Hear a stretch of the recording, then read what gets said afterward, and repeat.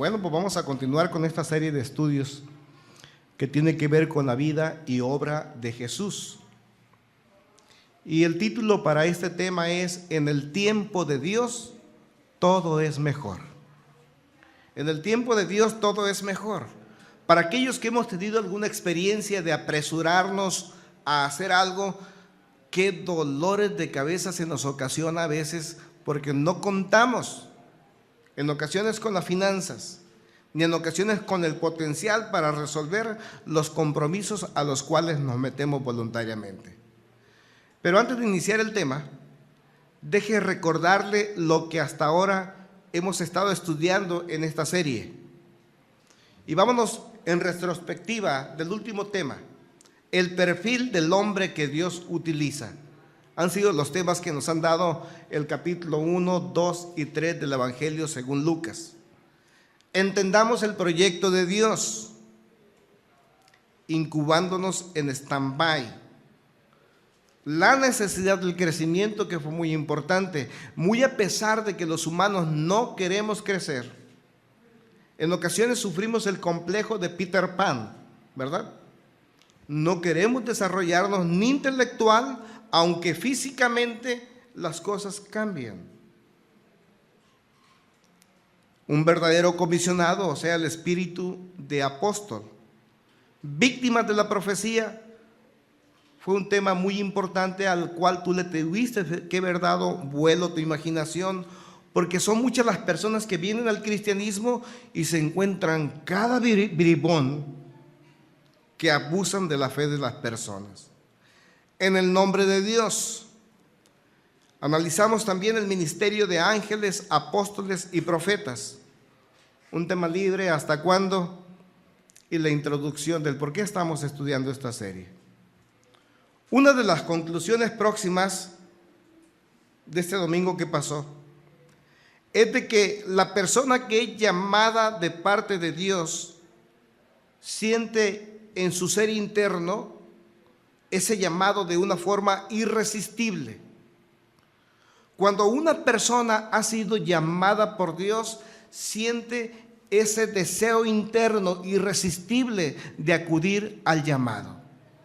Muchas ocasiones pensamos que es la curiosidad la que es más grande que nosotros y nos jala, nos atrae a conocer qué más hay.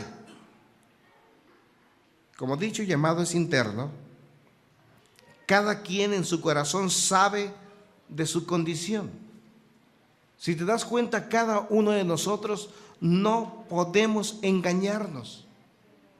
Podemos engañar a los demás con respecto a los pensamientos que tengo, con respecto a lo que hice el día de ayer o lo que supuestamente quiera hacer yo el día de mañana.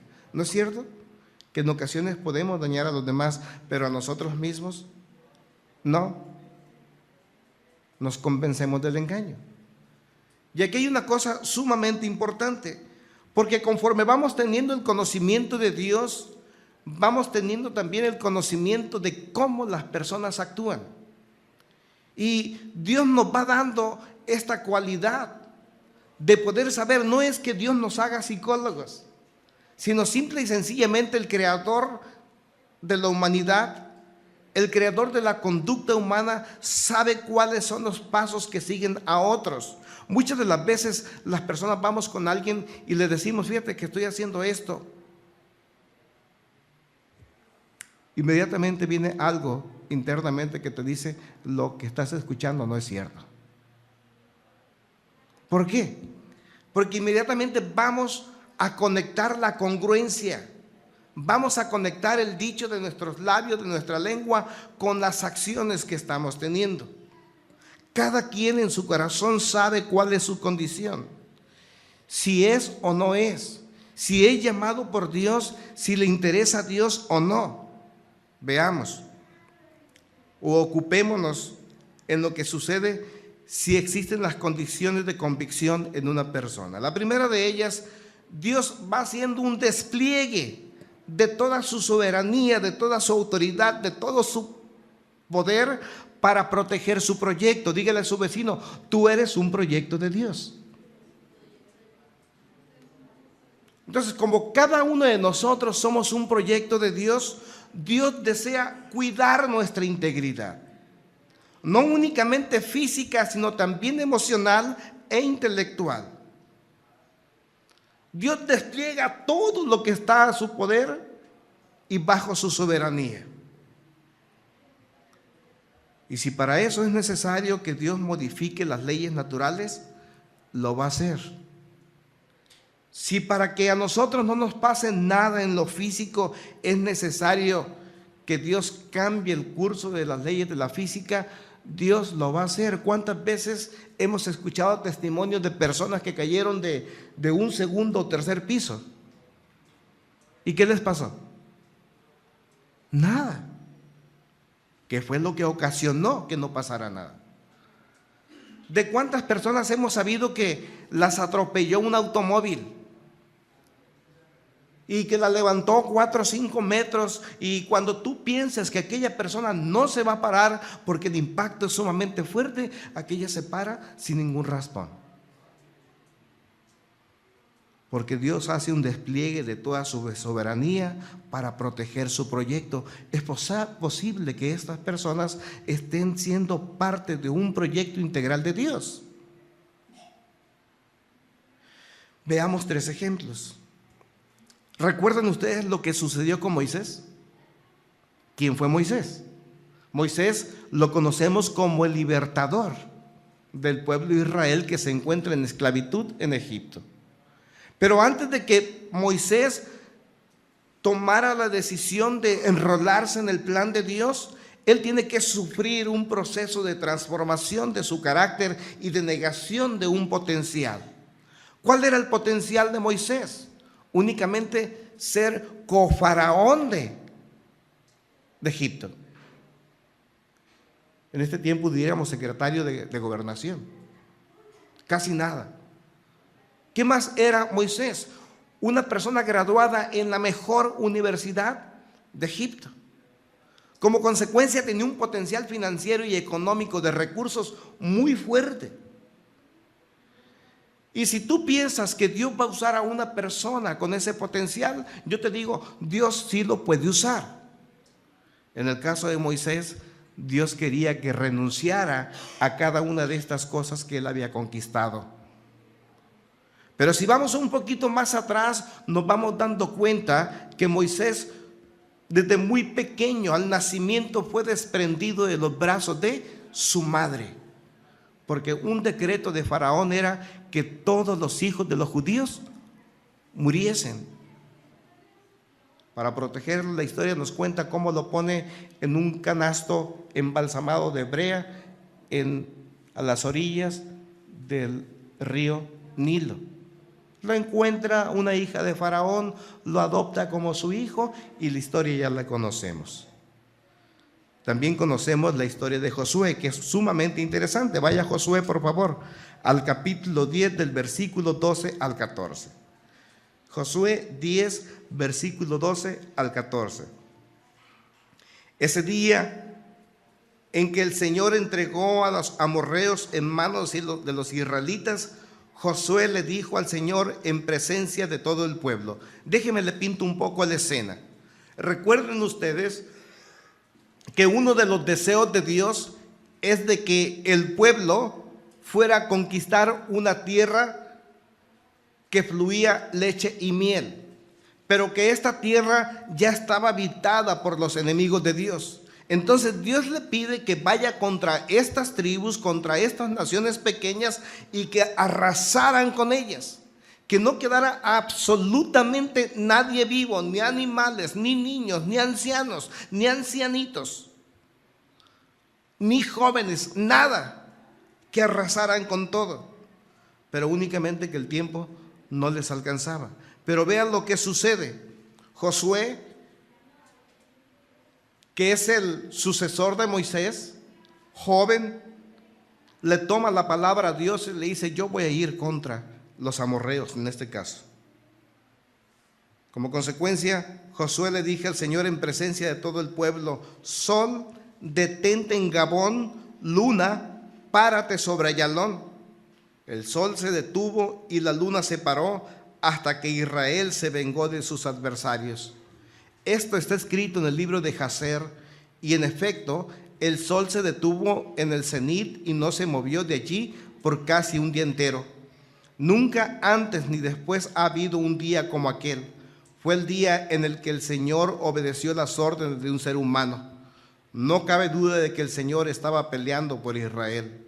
Al terminar todo, Josué regresó a Gilgal con todo su ejército israelita. Fíjese usted, cuando los hombres, los humanos, nos envolvemos en el plan, en el proyecto de Dios, Dios se siente complaciente, hasta puede ayudarnos en nuestro propio dicho. Dios, de hecho, ya había dictaminado que los pueblos que habitaban la tierra de Canaán fallecieran, no como una obra divina, sino por la intervención del hombre. Y ahí está, dice, no me va a alcanzar, Señor, haz algo, no me alcanza, tengo limitantes, el sol está por ocultarse, va a llegar la penumbra de la noche y yo no puedo continuar. Es más, se pueden replegar, pueden escapar o nos pueden contraatacar. ¿Qué es lo que piensa inmediatamente? Dijo, danos chance a que el sol se detenga.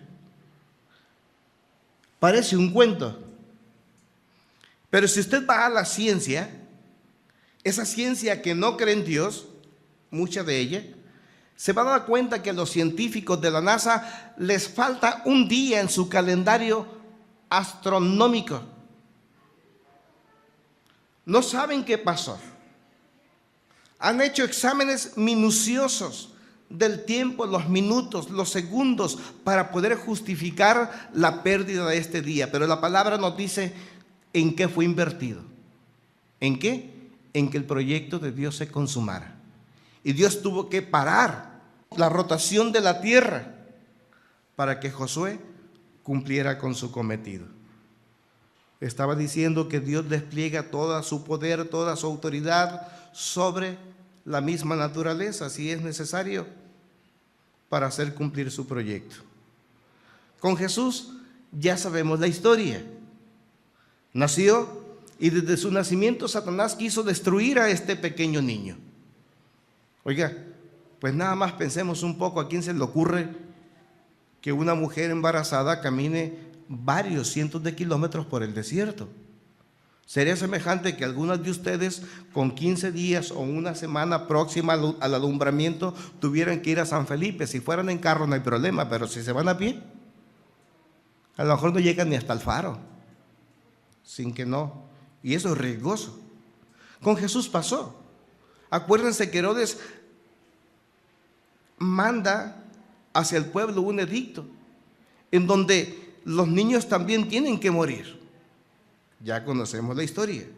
Y a través del tiempo, hasta antes de la crucifixión, Satanás quiso atacar a Cristo Jesús para que no cumpliera con el proyecto de Dios. Y es algo semejante lo que pasa contigo y conmigo. Satanás está luchando para que tú no cumplas con el propósito de Dios en tu vida. ¿Qué es lo que desea Dios de nosotros? Únicamente que seamos felices, que le reconozcamos como Dios y que podamos entender que Él tiene planes para nosotros de bien y no de mal. Pero para esto necesitamos acercarnos a la fuente que es Dios. Necesitamos cambiar nuestro carácter. Necesitamos cambiar nuestras perspectivas. Necesitamos creerle a Dios. Lo segundo, que nos hace entender que una persona ha entendido el llamado interno, es la convicción. Porque la convicción interna tiene un impacto en creencias, ideas y parecer. Cuando Dios viene a impactar la vida de una persona, hace que la persona busque de ese Dios en el cual cree. No sé si se da cuenta, pero hay muchos que se llaman cristianos y no conocen la Biblia. Lo peor de todo es que se vuelven personas muy religiosas. Se vuelven personas fanáticas en ocasiones.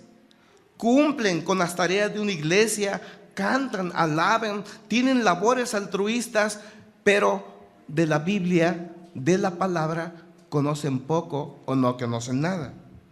Hoy en estos días tenemos un evento político muy fuerte en el país. el fanatismo está haciendo actos de presencia.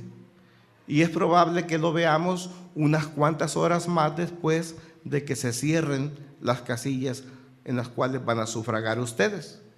¿Qué va a pasar en el país? No sabemos. Esperemos que no pase nada. Tenemos que orar para que no pase nada, para que Dios ponga paz y tranquilidad en los sucesos futuros. Pero es cierto que nosotros necesitamos cambiar nuestra manera de pensar. Si nosotros cambiamos nuestra manera de pensar, empezará a cambiar nuestra manera ¿de qué? De vivir. Dígale a su vecino, cambia tu manera de pensar para que cambie tu manera de vivir. Hazle así para que se despierte, para que sienta, ¿qué me quisiste decir? Entonces, fíjate una cosa, ese impacto que Dios va teniendo en nosotros nos hace, despierta el deseo de conocer qué es lo que Dios quiere. Curiosamente, si usted saliendo de esta plática se encuentra a un amigo y le pregunta por quién va a votar, es probable que le diga. O bien, si le pregunta con qué partido simpatiza, es muy probable que también le diga. Pero si le pregunta cuál es la ideología del partido, es muy probable que no le sepa contestar. Porque muchas de las personas que se dicen ser partidistas dentro de la política no saben las plataformas de los diferentes partidos políticos. Es triste. Lo mismo pasa en la religión. En el nombre de Dios se ha hecho cada cosa. Los españoles mataron a casi 4 millones de connacionales allá por el siglo XV, en el nombre de Dios. Y hablamos únicamente de México. Si vas a Centroamérica o América del Sur te vas a dar cuenta.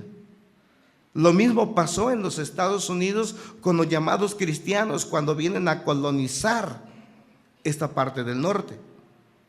Someter a los indígenas o indios o apaches o grupos étnicos a aquellas fortalezas para poderlos controlar y exterminarlos. Son muchos los problemas que se nos causan. Pero una persona que verdaderamente tiene una convicción de lo que sea, va y busca. El que quiere ser político tiene que conocer la plataforma política de lo que quiere creer o defender. El que desea desarrollar una clase de profesión debe de conocer los secretos que envuelven esa clase de prospectación manual o intelectual. Y los cristianos debiéramos de conocer la Biblia. Los religiosos, ¿qué es lo que creen? Lo que les venga la gana. Entonces, fíjese usted, para que toda persona que verdaderamente tiene una convicción de que Dios le ha llamado a conocerle, no basta con decir soy cristiano, sino que es necesario parecer serlo. ¿Qué sucedería si de pronto usted va a uno de los hospitales públicos de esta ciudad o a un hospital privado y se encuentra con que a la entrada se encuentra una persona con su estetoscopio colgando, con su bata blanca, pero con una pipa fumando, y usted lleva un problema de enfisema pulmonar, tiene problemas de respiración? ¿Qué le va a causar a aquella persona? ¿Confianza? Claro que no. O bien, si en el quirófano el médico, en lugar de tener un bisturí, una navaja, mejor tiene un cuchillo con lo que nuestros amigos que nos deleitan en sus carnes asadas parte la carne. ¿Qué confianza le puede dar? O es carnicero o es cirujano. Entonces, el ser cristiano no únicamente es algo que tenemos que declarar con nuestros labios, sino que nuestra propia vida, con los actos, debe de decirlo. No únicamente necesitamos tener la idea, sino que necesitamos parecer serlos. Quien dice ser es congruente. Quien dice ser cristiano hace las obras ¿de quién? De Cristo. Se comporta con bondad, con amor, con sus semejantes. Una persona que verdaderamente es cristiana es un promotor de vida, es un promotor de beneficios a las personas que le rodean. No es una persona llevada por una vida pasional, ni tampoco se enrola en ella, sino que es llevada por su intelecto a conocer más de Dios y actúa los deseos de Dios. No es una persona llevada por corazonadas o sentimientos, sino que es una persona que hace del consejo de Dios su principio fundamental de actuar. Un verdadero cristiano hace del consejo de Dios su principio fundamental para poder actuar. No se imagina lo patético que es una persona con convicción externa, que solo tiene ropajes externos de religiosidad. Es patética, porque si bien es cierto, tú la puedes identificar y nosotros nos damos cuenta cuando caminamos por las calles. Vemos a una persona, si es damita, con vestidos largos, blusa hasta por acá y con botonaduras acá, inmediatamente dices, es hermana, ¿no es cierto? Y si ves a un hombre de diferente manera vestido, también dices, es hermano. Pero hasta ahí está bien. El problema es cuando acciona. Sus acciones no son congruentes con su forma de vestir. O sea que hablamos de una convicción externa. Hace años yo conocí a una persona que, siendo colaborador de un ministerio, se casó 3 veces. Y era una persona que servía con mucha fuerza, había alcanzado un gran testimonio dentro de ese ministerio. Y recuerdo en una de sus segunda boda, me parece, me dice, esta es la mujer, Felipe, que yo estaba esperando, Dios me la puso. Se casa con ella, no sin que antes le dijera, yo no confío ni creo en lo que tú estás diciendo, porque Dios tiene un concepto diferente del que tú tienes. Pero si nosotros nos dejamos envolver por corazonadas y sentimientos, podemos pensar y creer lo que nosotros queramos. Dice, no, pero yo sé que es la persona que me va a hacer feliz. Se casa. Creo que no duró 1 año su matrimonio sin que no se divorciaran. Tuve que abordarlo y decirle, ¿qué pasó? ¿Te falló Dios? No, dijo, es que esta mujer fue una trampa que Satanás me puso. Entonces, vamos observando y viendo cómo los hombres pensamos y actuamos de manera diferente a cómo Dios nos dice que pensemos. Esta mujer que Dios le puso, dijo, fue una trampa del diablo. Y el problema no es la trampa, sino el creerse que estamos listos, completos para tomar decisiones que nos van a beneficiar. Es usar la palabra de Dios para justificar mis decisiones equívocas a veces. Hay situaciones, la mayoría de ellas, que una vez accionadas ya no se puede ir atrás. Tenemos que cultivar el revés, tenemos que cultivar, cosechar lo que nosotros siempre hemos sembrado. Lo que hace la diferencia es de que si yo regreso a Dios, Dios me da la fortaleza para ir acomodando o que el problema no sea tan serio, no cause estragos difíciles en mi vida. Jesús dijo, hay muchos asuntos en ustedes los hombres que no los pueden entender. Y una vez me decía, bueno, pero si tú eres soberano, ¿por qué Jesús dices que hay muchas cosas en el mundo o en la vida que yo no puedo entender cuando quiero entenderlas? El problema es que yo siempre quiero pensar como una persona humana y en verdad lo soy. Quiero pensar como alguien carnal. Y esta situación envuelve a muchos de los que han sido escogidos y llamados por Dios para hacer algo específico. Quiero hacer un recuento nuevamente. Que toda persona que es llamada por Dios siente la convicción interna de que lo es. Y cuando sabe que lo es, se empieza a comportar como tal. Tenemos 2 ejemplos que hemos analizado en esta serie. Una fue la vida de Juan el Bautista y la otra fue la vida de Jesús. que siendo escogidos desde antes de su nacimiento y llenos por el Espíritu Santo, no se tiraron en la hamaca para que Dios en el tiempo señalado se levantaran, sino que en ese lapso de tiempo, en el caso de Jesús, 30 años, se preparó, no únicamente intelectualmente, sino también anímicamente y físicamente. Hace días le preguntaba yo a una persona, porque escuchaba de un llamado apóstol, llamarle profeta a un niño de 9 años y decirle: ven, profetiza sobre esta congregación. Le digo, es una tristeza lo que está haciendo el cristianismo ahorita. Digo, ¿tú crees que Dios a través de Cristo Jesús no lo pudo haber usado a esa edad o más chico para profetizar? ¿Por qué no te has preguntado por qué Jesús no fue a la muerte mejor a los 12 años sino a los 30? ¿Por qué Jesús no fue a la muerte a los 18 años? ¿Por qué tiene que esperar un tiempo? Porque simple y sencillamente Dios tiene que preparar un corazón. Simple y sencillamente porque la convicción tiene que crecer en nuestro ser interno.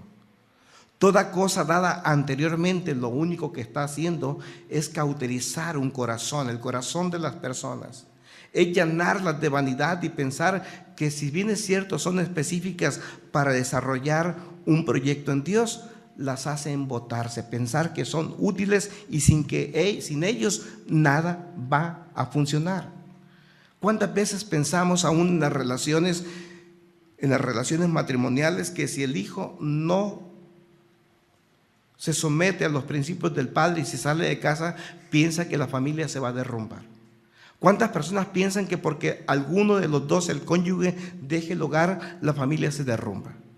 ¿Cuántas personas piensan que porque asisten a una iglesia o dejan de asistir, todo se va a acabar? ¿Cuántas personas se fueron de aquí?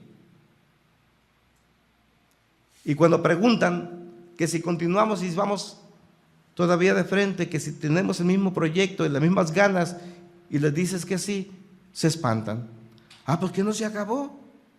Es que yo pensé que llevándome la gente que tenía, pensando yo que saliéndome de ese lugar todo se iba a acabar. Pues no, porque no funcionamos en un proyecto humano, funcionamos en un proyecto divino. Tanto Juan el Bautista como Cristo Jesús, mientras llegaba el momento indicado para actuar, se dejaron llevar por Dios, dieron testimonio. Y es algo semejante a lo que muchos hacemos de nosotros, pero en sentido contrario. Antes de que Dios nos use, ¿qué es lo que pasa? Nos rehusamos a cultivar virtudes. Antes de que Dios nos use, nos rehusamos a prepararnos. Antes de que Dios nos use, nos rehusamos a morir a nuestro deseo pasional y carnal. Si bien es cierto que la iglesia y la vida cotidiana nos demanda cosas, en el caso de la familia nos demandan los padres más responsabilidad, decimos no, así está bien, que se responsabilice él o ella o los hijos, pero yo no, yo todavía soy joven y tengo que divertirme. Hacen como el chavorruco, ¿no? Ya casados, pero quieren seguir con vida ¿de qué? De solteros o de solteras, porque sucede. Si la iglesia y la congregación demanda trabajo, que lo hagan ellos. Yo no soy el pastor. ¿Por qué tengo que invitar a alguna persona nueva? ¿Por qué tengo que compartir lo que Dios está haciendo en mi vida? Que lo haga el pastor. Si se trata de darle una manita de gato al lugar, lo he escuchado. Que lo hagan ellos porque para eso pagamos. Espérame, no están pagando. Yo no estoy recibiendo ningún sueldo. Yo no sé. Es que yo no soy una persona importante. Es que yo aún no he sido llamado. Tal vez a un ministerio no ha sido llamado. Pero sí ha sido llamado para glorificar a Dios. Y hago una pregunta. ¿Cómo el hombre glorifica a Dios? Cuando hay un llamado interno, déjame hacerle una pregunta. ¿Tú crees que Dios quiere tener una relación contigo, sí o no? Si esto es cierto, entonces significa que yo tengo que conocer a mi Dios. Y una vez que empiezo a conocerle, necesito empezar a magnificarle, a glorificarle. ¿Qué hizo en mi Dios? En mi caso, lo último que hizo fue haberme levantado de una cama en donde me dijeron muérase. Y no me morí. Y yo no he parado de dar testimonio a personas que están enfermas, de decirles que es posible la salud si tan solo se cree en Dios. Pero se cree con convicción, con un sentimiento profundo. No me queda otra cosa más que glorificarle y magnificarle. Decir, Dios es grande, más grande que todos los médicos del Seguro Social. Es más grande que cualquier médico del Alma Mater. No me queda otra cosa más que adorarle, alabarle a través del canto, aunque cante tan feo. Porque es lo único que tengo. No me queda otra cosa más que engrandecer su proyecto. Tratar de compartir con otros eso que a mí me ha hecho bien, para que más y más personas vengan a unirse al reino de Dios. Y esto también se hace con gratitud. Vaya a 1 Corintios, por favor, capítulo 6, versículo 12 al 20. Mientras nosotros somos llamados, tenemos la convicción de que Dios quiere algo con nosotros, tenemos que empezar a limpiarnos, a cambiar nuestra forma de pensar. Dice el versículo 12, todo me está permitido, pero no todo es para mi bien. O sea, usted puede hacer con Dios y sin Dios lo que mejor le plazca, ¿sí o no? Tiene su derecho. Más cuando ya nos casamos, tenemos el derecho de hacer lo que se nos venga en gana. Digo, ¿por qué cuando nos casamos? Porque ya no dependemos de nuestros padres. Dice Pablo, todo me está permitido, pero no todo es para mi bien. Todo me está permitido, pero no dejaré que nada me domine. Oiga, le hago una pregunta. ¿Le estará permitido a usted tomarse un vinito de vez en cuando? ¿Dónde está el secreto? En que no voy a dejar que eso me domine. En que es probable que tampoco me convenga. Le voy a hacer una pregunta, pero contésteme. Yo sé que no van a esos lugares, pero cuando menos van al restaurante. ¿Cuánto cuesta una cuba? No saben. No saben. Bueno, por eso dije que no sabían. 25 pesos. Entonces fíjate, de Cuba en Cuba, 25, 35, 50, dependiendo del vino, pues es algo que me va a hacer falta para mi casa. O sea, me es lícito, pero no me conviene. Y si aún yo deseo, pues simplemente hay una cosa, no quiero que esto me domine, porque empezando por algo, termino por mucho. Se cuenta la anécdota de una persona que se subió a un crucero a viajar. Era el primer viaje del crucero. Entonces, la inauguración involucraba vino, comidas, botanas, alegría, bailes y todas esta clase de cosas. Pero el capitán de aquel crucero miraba que una persona no estaba involucrada en los sucesos del crucero. Le dijo, ni siquiera una copa de vino ha brindado con nosotros. Le dijo, no, es que soy cristiano. Bueno, pero ¿qué tiene? Una no es ninguna. Le dijo, está bien, capitán, voy a aceptar yo tomarme una copa de vino si usted me permite hacerle un pequeño orificio a la coraza del barco. Dice, no, permíteme, son dos cosas diferentes. Dice, si tú perforas la coraza del barco, eso va a crear debilidad en la coraza, el agua va a penetrar hasta que nos podamos hundir. Pues es exactamente lo mismo, dijo. Si usted permite que yo vaya y tome esa copa de vino, me va a pasar lo mismo que a su barco. Después de esa copa voy a querer la segunda y la tercera y la cuarta, y también me voy a ir en picada como su barco. Todo me está permitido, pero no dejaré que nada me domine. Los alimentos son para el estómago y el estómago para los alimentos. Así es.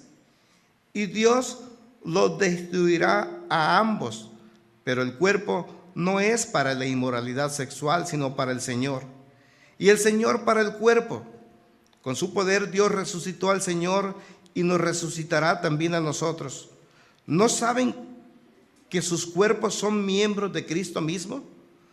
¿Tomaré acaso los miembros de Cristo para unirlos a una prostituta? Jamás. ¿No saben que el que se une a una prostituta se hace un solo cuerpo con ella? Pues la Escritura dice, los dos llegarán a ser un solo cuerpo, pero el que se une al Señor se hace uno con Él en espíritu. Huyan de la inmoralidad sexual. Todos los demás pecados que una persona comete quedan fuera de su cuerpo, pero el que comete inmoralidad sexual peca contra su propio cuerpo. ¿Acaso no saben que su cuerpo es templo del Espíritu Santo, quien está en ustedes, y al que ha recibido parte de Dios? Ustedes no son sus propios dueños, fueron comprados por un precio. Por tanto, honren con su cuerpo a Dios. Y esto es lo que estaba haciendo Cristo Jesús y Juan. En el tiempo que, si tú quieres ponerle en stand-by, cuando Dios no lo estaba usando para ir a la cruz, Dios lo estaba preparando. Y Jesús se estaba preparando conscientemente. Jesús sabía que había venido y no únicamente deseaba que sobre él hubiera una profecía, sino que actuaba y se comportaba como tal Mesías. Si nosotros hacemos esto, entonces esperemos el respaldo de Dios. En cierta ocasión nos cuenta el doctor Lucas que una vez que Jesús fue ministrado, capacitado por el Espíritu Santo, tiene que ir también a un bautismo. ¿Quién se acuerda de eso? Y dice el versículo 21 de Lucas 3, un día en que todos acudían a Juan para que lo bautizaran, Jesús fue bautizado también. Y mientras oraba se abrió el cielo, y el Espíritu Santo bajó sobre él en forma de paloma. Entonces se oyó una voz del cielo que decía, tú eres mi Hijo amado, estoy muy complacido contigo. Jesús tenía unos 30 años cuando comenzó su ministerio. Era hijo, según se creía, de José. Entonces fíjese, Jesús empezó a actuar, empezó, no te digo que a cambiar su carácter, porque siempre fue una sola pieza, fue una persona que dio testimonio desde aún antes de su nacimiento y solo esperaba el tiempo indicado por Dios. Pero hasta este tiempo con Jesús tenemos el tiempo de preparación, decía, física, intelectual y ética y moral. Lo segundo, Jesús va a presentar su examen. ¿Cómo crees que Jesús presenta su examen? El capítulo 4, del versículo 1 al 13, nos dice que fue tentado. ¿Por quién? Por Satanás. Y nosotros que hemos venido estudiando otras series con respecto a la tentación y las pruebas, vemos que si bien es cierto que Satanás quiso tentar a Jesús, lo que resultó más bien fue una prueba, que él aprobó exitosamente. La tentación que Satanás quiso poner a Jesús, te decía, le resultó una prueba. ¿Por qué la tentación prueba la carne? Hace días me acordaba de unas palabras de Jesús diciendo, todo aquel que es fiel en lo poco, será fiel también en lo mucho. Pero me quedé preguntándome, si aplico este concepto a la honestidad, la persona puede ser honesto en lo poco, pero dicen los políticos, no puede ser honesto en lo mucho. Dicen los políticos que todos los hombres somos corruptibles, dependiendo del cañonazo de dinero con el cual te quieran comprar. Dice, todos los hombres tenemos un precio. ¿Será cierto? ¿Tú qué dices? ¿Será cierto que todos los hombres tienen un precio? Puede ser posible. Pero aquí yo veo en Cristo Jesús y en Juan el Bautista que ellos no tuvieron un precio. Porque en el caso de Juan únicamente bastaba que se retractara públicamente de lo que había dicho. Y en el caso de Jesús era únicamente hacer lo que Satanás le pedía hacer. Vea lo siguiente. Váyase al capítulo 4 de Lucas, por favor. Si bien es cierto que la tentación prueba la carne,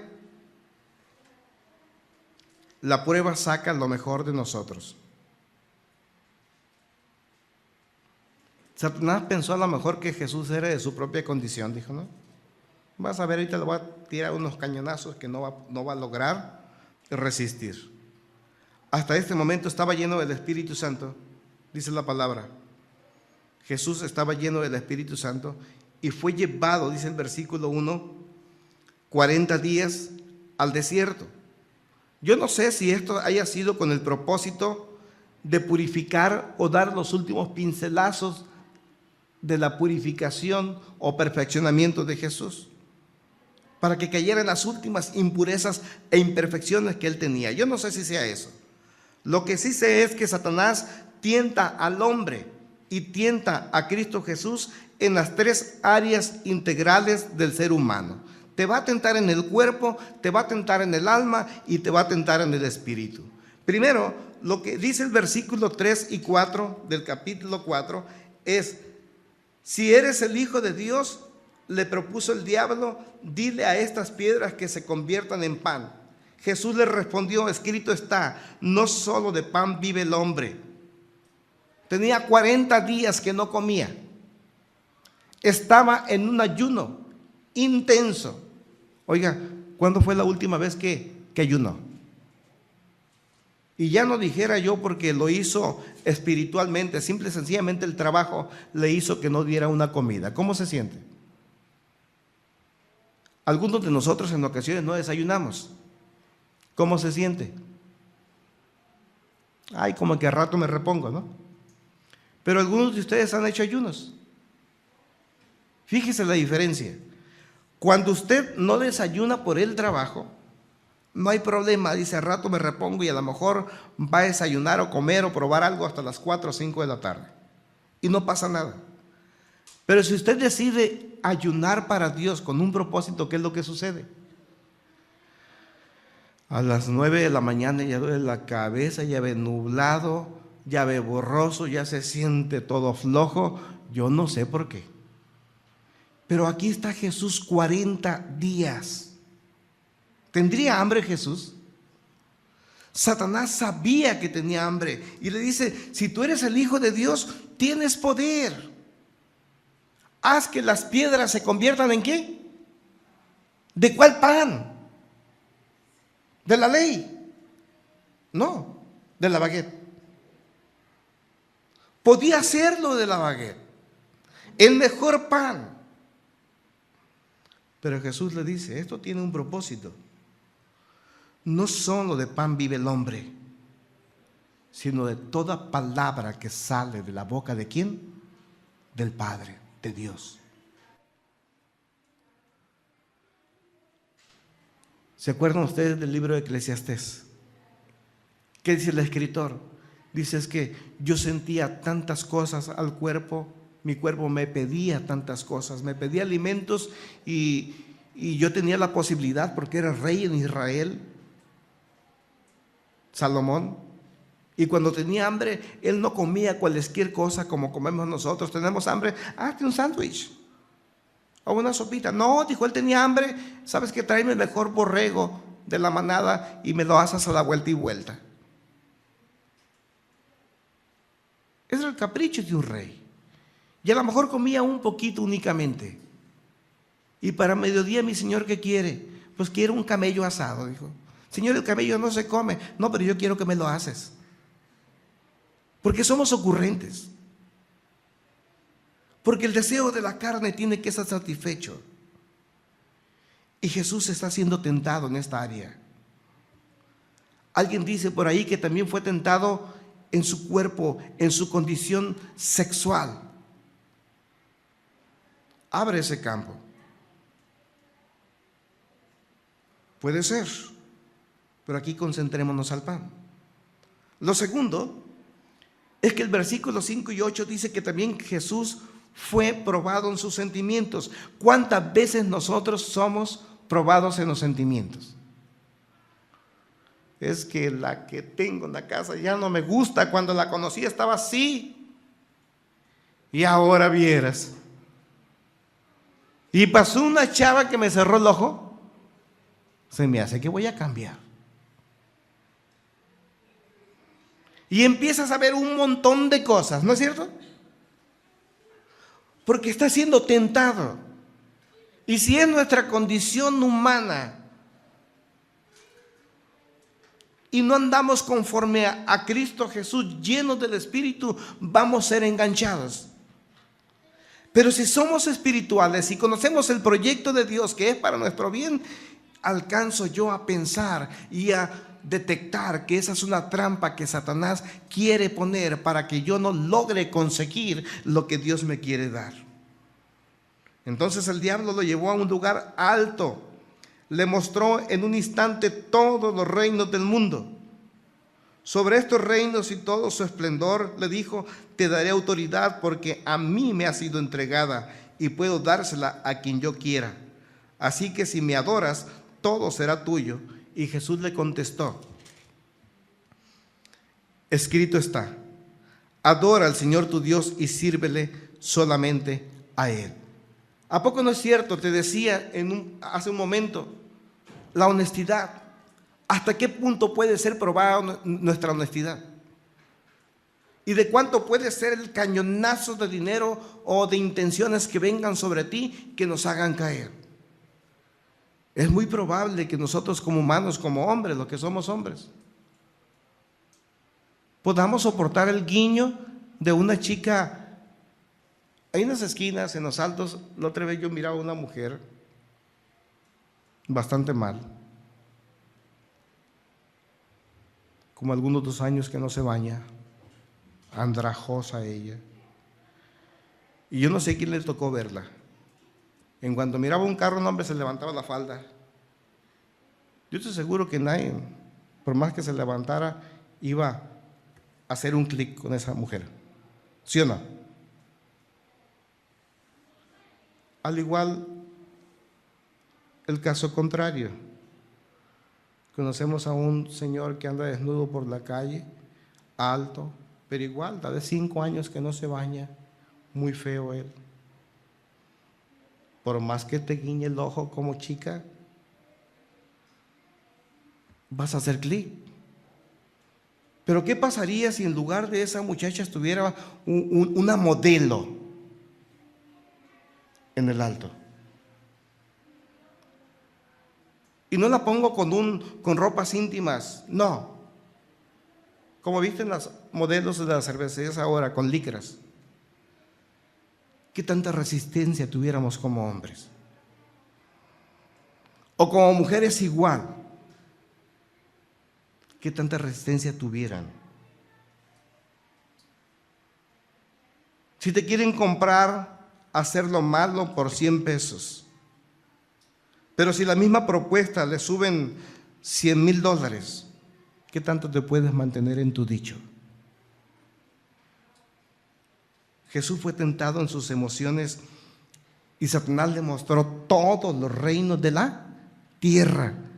Le dijo: me han sido dados, son míos. ¿Verdaderamente eran de él? Hagamos una reflexión de quién es la tierra y su plenitud. Le pertenece a Dios. Y verdaderamente Jesús iba a recibir el control de todo eso en su tiempo, pero antes de recibirlo tenía que pasar por la cruz. ¿Estamos? Y una vez que Jesús llegó a la cruz y murió por ti y por mí en esa cruz, entonces todos los reinos le fueron arrebatados a Satanás y puestos por estrado de sus pies a Jesús. Dijo: ¿sabes qué, Jesús? No vayas a la cruz. Eso que tú vas a lograr cuando seas muerto por los hombres, yo te lo doy. Pero Jesús no venía a morir para conseguir los reinos que el Padre había dado en su potestad a Satanás por un tiempo. Jesús venía a morir por ti y por mí.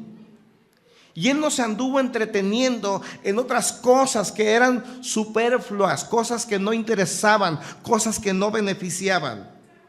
Fue más allá. Dijo Satanás: únicamente adórame.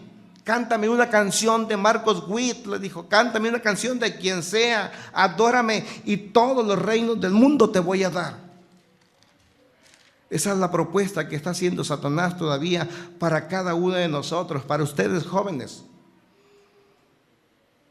Es la misma propuesta, en lugares que son atractivos, en lugares llenos también de personas atractivas. Y ustedes podrán conseguir todo lo que ustedes deseen si tan solo adoran y alaban verdaderamente a Dios, porque escrito está, dijo Jesús, solo al Señor tu Dios adorarás y le servirás, solamente a Él. Dijo: no, pues este Jesús sí está duro, yo lo pruebo por la carne, por la debilidad del hambre, no lo hago caer. Ahora lo pruebo con la inmensa riqueza del mundo, automóvil, mejor casa, alberca, cruceros, con todo eso no lo hace caer. Las mejores mujeres de Israel, el top set de Israel. Dijo: a ver si por aquí, por el Espíritu. Dijo: porque es vanidoso. Yo fui vanidoso, dijo el diablo, ¿no? Fíjate lo que hace. Versículos 9 al 12.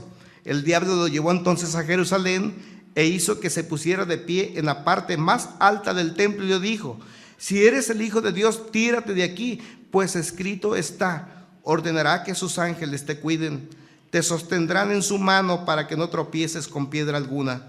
Y Jesús contesta: también está escrito, no pongas a prueba al Señor tu Dios. Así que el diablo, viendo que no podía conmover la convicción interna del llamado que Dios había hecho y por qué estaba en este lugar, dijo: este no tiene por dónde, mejor me retiro. Se fue por un tiempo, se replegó para maquinar, para pensar, para ver de qué forma ahora podía venir a contraatacar a Jesús, para hacerle abdicar, para que no cumpliera con el propósito. Jesús sabía que todo era pasajero y de que no podemos nosotros pararnos o engancharnos en cosas pasajeras. El apóstol, Juan, en su primera carta del capítulo 2, del 15 al 17, dice: no amemos al mundo ni las cosas que están en el mundo. Jesús, lleno del Espíritu, se anticipó a todos los sucesos. Miró qué era lo que no le convenía. Y tú y yo hoy tenemos que pedirle a Dios: Señor, lléname de sabiduría, lléname de inteligencia para que yo me anticipe a toda clase de trampas que Satanás, el enemigo o las personas quieran poner en mis pies. Cosas que no me convengan a mí y que tampoco le convengan al reino, pero que tampoco le convengan a nuestras familias. Enséñame, Señor, a anticiparme. Sabe que la anticipación es un principio muy importante de la guerra. Dentro del desarrollo de las guerras, la anticipación es un principio muy importante. Jesús se anticipó.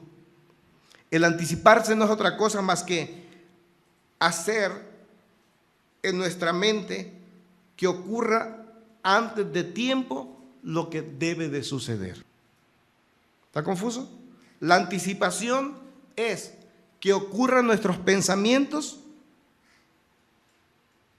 antes de tiempo lo que debe de suceder en el mundo material. Ahora sí se entiende. Es muy sencillo. Su hijo se sube a una barda y usted le dice: hijo, bájate porque te puedes caer. Ya se anticipó a un hecho que puede suceder. Y usted se imagina a su hijo tal vez fracturado porque lo vio en otro niño. Ve a su hijo tal vez con un chipote en la frente porque lo vio en otro niño. No significa que está maldiciendo la vida del niño, significa que usted se está previniendo. Y los cristianos tenemos que prevenir las cosas. Hacer que ocurra en nuestro intelecto algo antes de tiempo. Un proyecto, eso es. Cuando una persona crea un proyecto en los negocios, se va anticipando a los sucesos.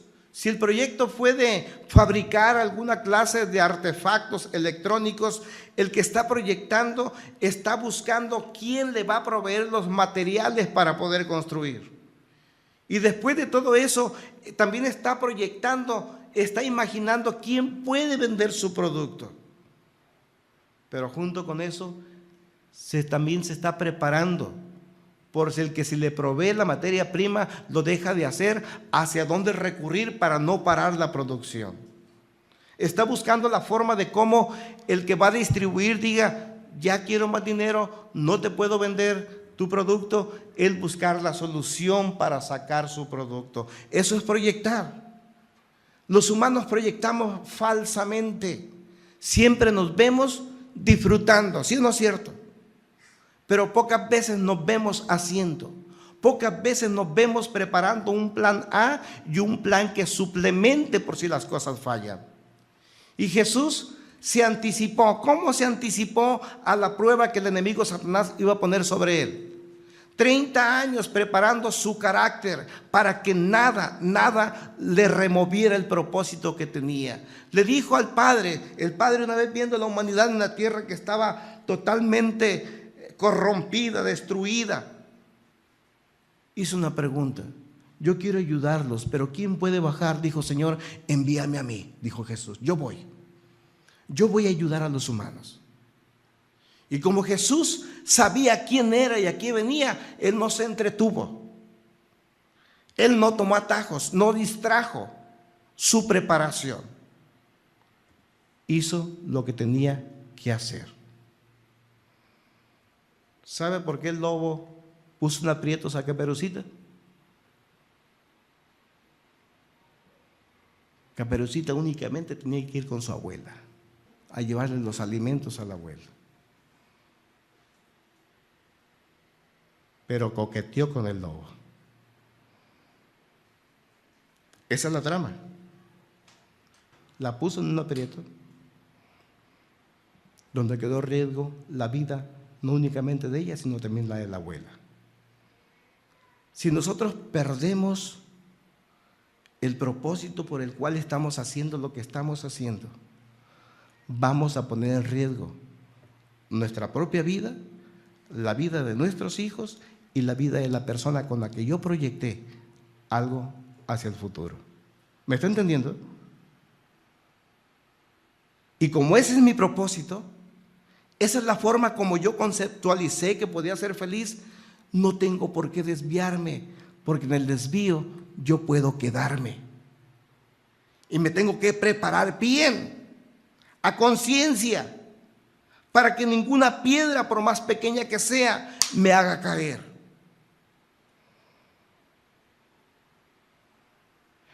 Jesús recordó, yo creo, a Salomón, Proverbios 1, versículo 10. ¿Por qué lo recordó? Porque lo leía. Y leyó en una ocasión Jesús aquellas palabras de este rey sabio, Salomón, que dijo, hijo mío, si los pecadores te quieren engañar, no lo consientas. Y tú tienes que hacer lo mismo también. Entiende que hay personas que te quieren engañar. Entiende que hay personas que quieren sacar de ti solo una ventaja, aprovecharte de tu condición, sea cual sea. Entiende que esta vida hay personas mal intencionadas, pero siempre lanzan dardos sutiles que te hacen entender que algo anda mal. Por eso el que las personas nos engañen, no podemos decir nosotros, me vi sorprendido. Porque toda persona que engaña lanza sus primeros dardos de adulación para podernos capturar. Tenga cuidado. En alguna ocasión han dicho, ay, qué preciosa estás, qué bien te ves. Oye, ¿en alguna ocasión se lo han dicho? Tenga cuidado, lo hacen porque quieren sacar ventaja de usted. La adulación es la principal arma de Satanás. Cuando está tentando a Jesús, ¿qué le dijo? Para adularlo. Hombre, Jesús, si tú tienes mucho poder, eres el Hijo de Dios, muestra tu poder. ¿Qué le dicen a usted cuando viene una persona que está enferma? Yo sé que los cristianos oran y sanan. ¿Por qué no oras por mí para que yo pueda sanar? ¿Sabe? En días pasados una persona me hablaba por teléfono a la casa. Su intención era sacar algunas cuantas monedillas. Digo monedillas porque ¿qué podía sacar de mí? Unas cuantas monedas de mi cartera, de mi bolsa. Y para tal cosa habló por teléfono diciéndome, ¿sabe qué, pastor? Necesito que venga rápidamente a su templo. Oye, sí, ¿como para qué?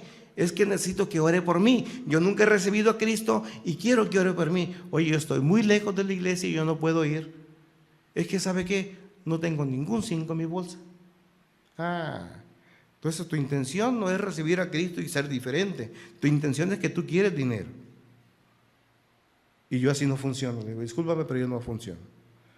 Pues entonces, vaya a sapos y culebras con escaleras y caracoles y todas esas cosas. Si los engañadores te quieren engañar, no lo consientas. No lo consientas. El principio de la anticipación es mental. Pero para que yo pueda anticiparme a sucesos en donde el enemigo quiere engañarme, en donde el enemigo quiere causarme un daño, es necesario que mi mente se ocupe en una higiene mental. ¿Cómo está tu pensamiento? ¿Qué le has metido? ¿Qué le has involucrado? ¿Cómo te estás alimentando? Si empezamos un poco a hacer un recuento, déjame decirte lo siguiente. Fíjese usted. Fíjese en lo siguiente. Le voy a hacer una pregunta que le he hecho a muchas personas. Los jovencitos me escuchan y después hacen esta pregunta a otras personas, y los que estamos casados, pues ya nos amoldamos. Le pregunto, ¿por qué razón se casó usted? Ahí vamos interactuando. ¿Por qué se casaron? Gloria, ¿por qué se casó? No sabe, no, pues con razón. A ver, ¿alguien más? Como no sabe, ya sabe lo que pasó. ¿Sí, Gloria? Marta, ¿por qué te casaste? Estabas enamorada de mí. Con razón, sigue prendida todavía. Ya ve. Pero la mayoría de las respuestas en las personas es la siguiente. Es que deseaba ser feliz.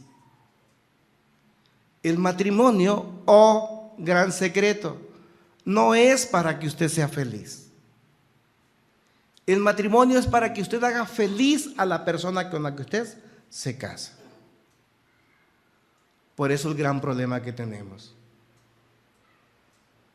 No es que me casé porque ya me quería salir de la casa.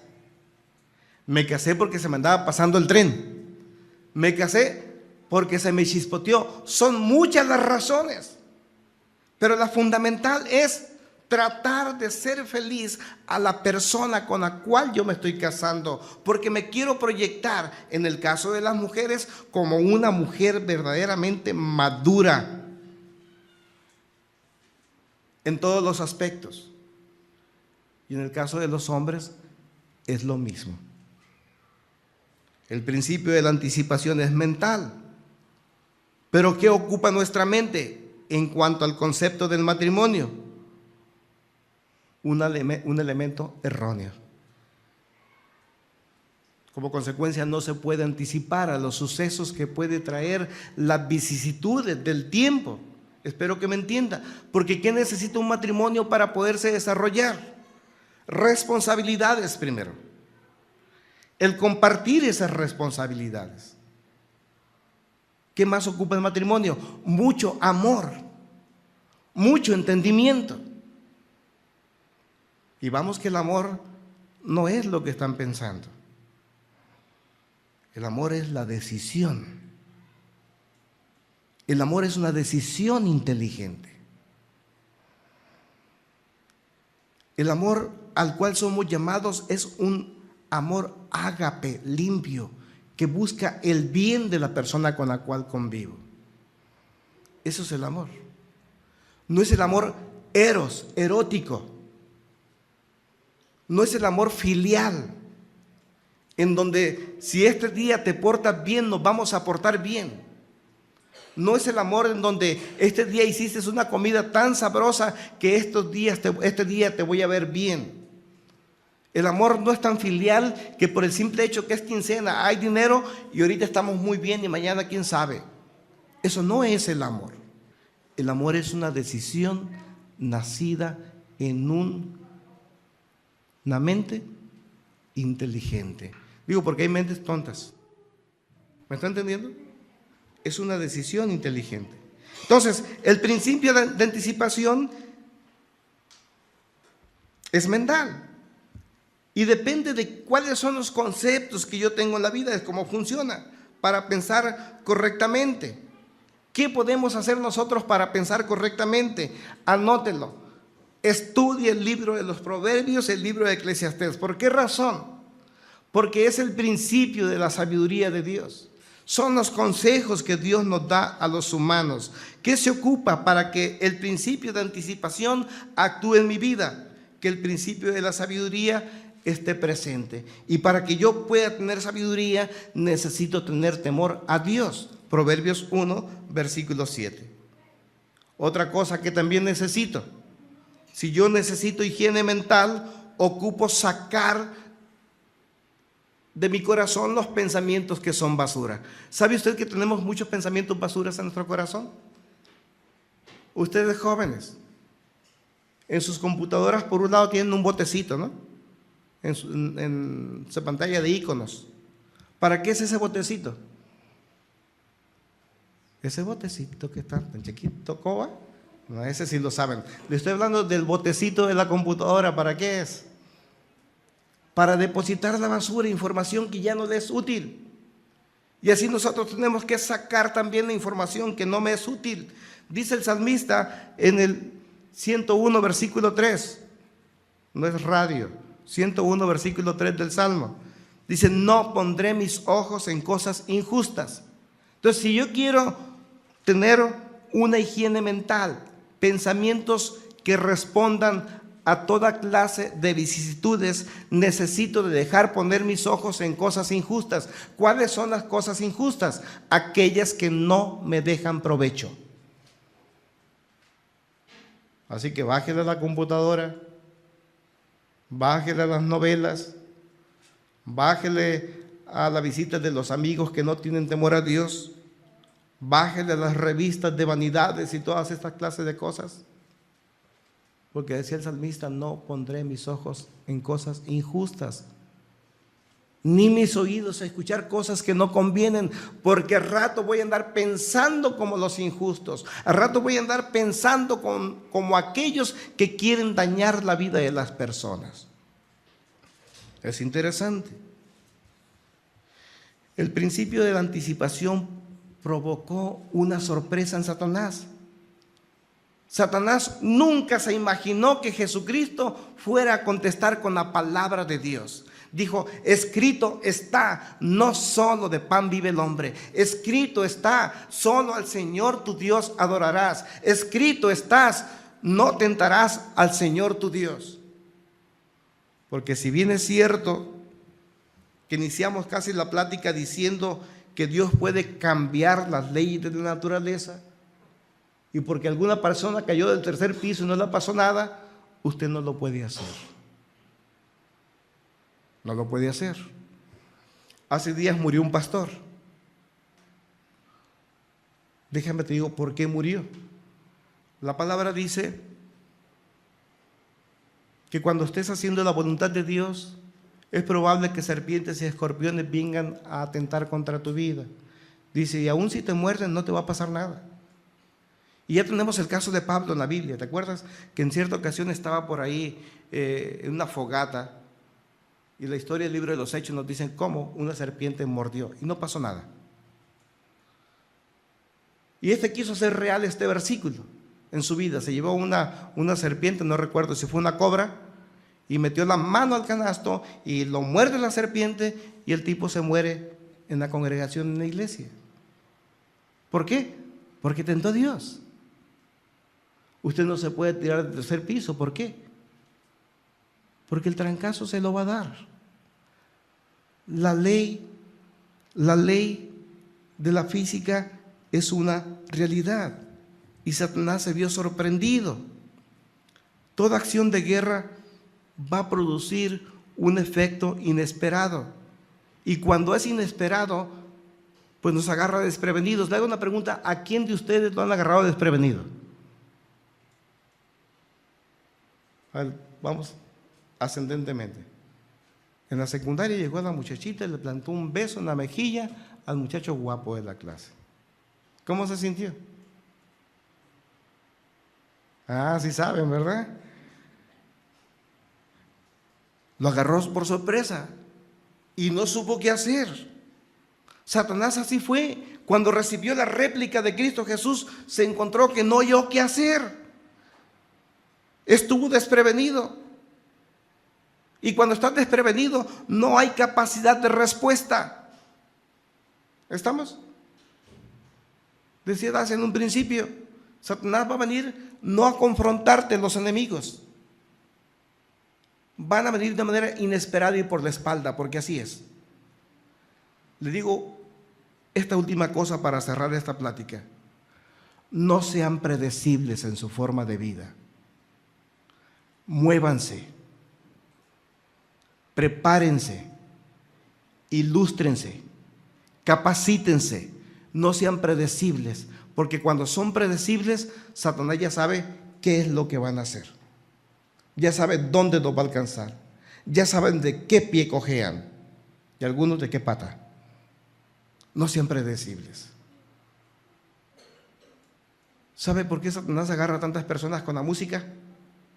Es que trae un dolor en el corazón tan profundo que le ocasionó a X persona y ya sé con qué la voy a meter a ese mundo de sentimentalismos para que se destruya. Le voy a cantar la canción del corazón roto y ahí están las mujeres o el hombre cantando el corazón roto. Y si se cantara no hay problema, el problema es que luego se ponen tlapehue y después del tlapehue hasta sacan la pistola y dan de balazos. No sean predecibles. Jesús nunca fue predecible porque siempre encontró una respuesta en el Espíritu. Conclusión: si sientes internamente que Dios te ha llamado para algo, prepárate, ilústrate, conoce todo el proyecto de Dios, conoce su deseo, conoce sus consejos para que te vaya bien en esta vida y Satanás no te alcance.